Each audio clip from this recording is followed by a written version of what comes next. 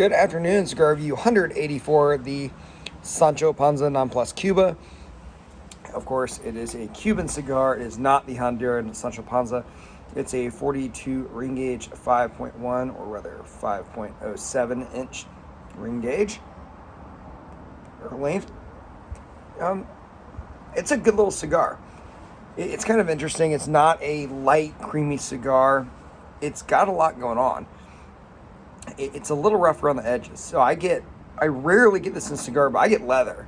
I mean, really, if I was to lick a leather belt, I think this is somewhat what it would taste like.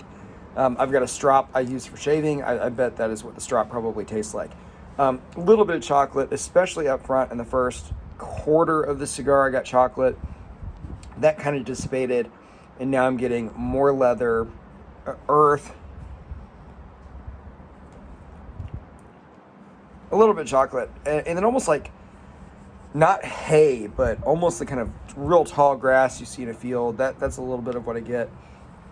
And then there was a brief kind of slight peatiness like you would get in a scotch. So those are the main flavors that I get in the cigar.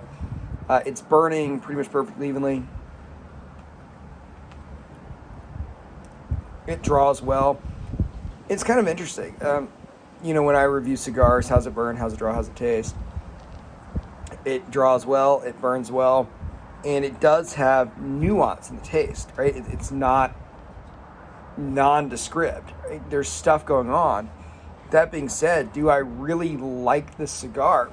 I really personally don't, and there's not really a flavor that's negative, right? It's not a harsh chemical taste, it's not a bad taste, but when I'm smoking a cigar, I don't really tend to like the ultra earthy, dank, dusty, peaty cigars. Not really my thing. I'm not a big fan of the leathery type cigars, but it's not bad. They actually get almost like pencil shavings.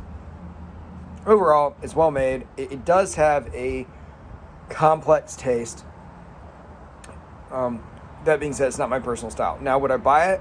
Yeah, these do tend to be some of the kind of cheaper Cuban cigars. If you were to be able to get the cigar, my price point for it, quite frankly, based off this kind of rather small size of 42 ring gauge 5.1 inch,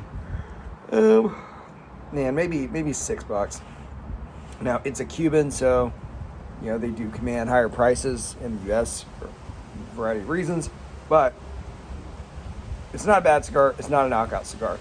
So quite frankly, I'm going to go with a neutral rating on this, because although there's nothing really technically wrong with it, it's just not my style. So yeah, that's it, guys. Cigar Review 184, the Sancho Panza Non Plus Cuban, and I'm going to go with a neutral rating. As always, thank you for watching.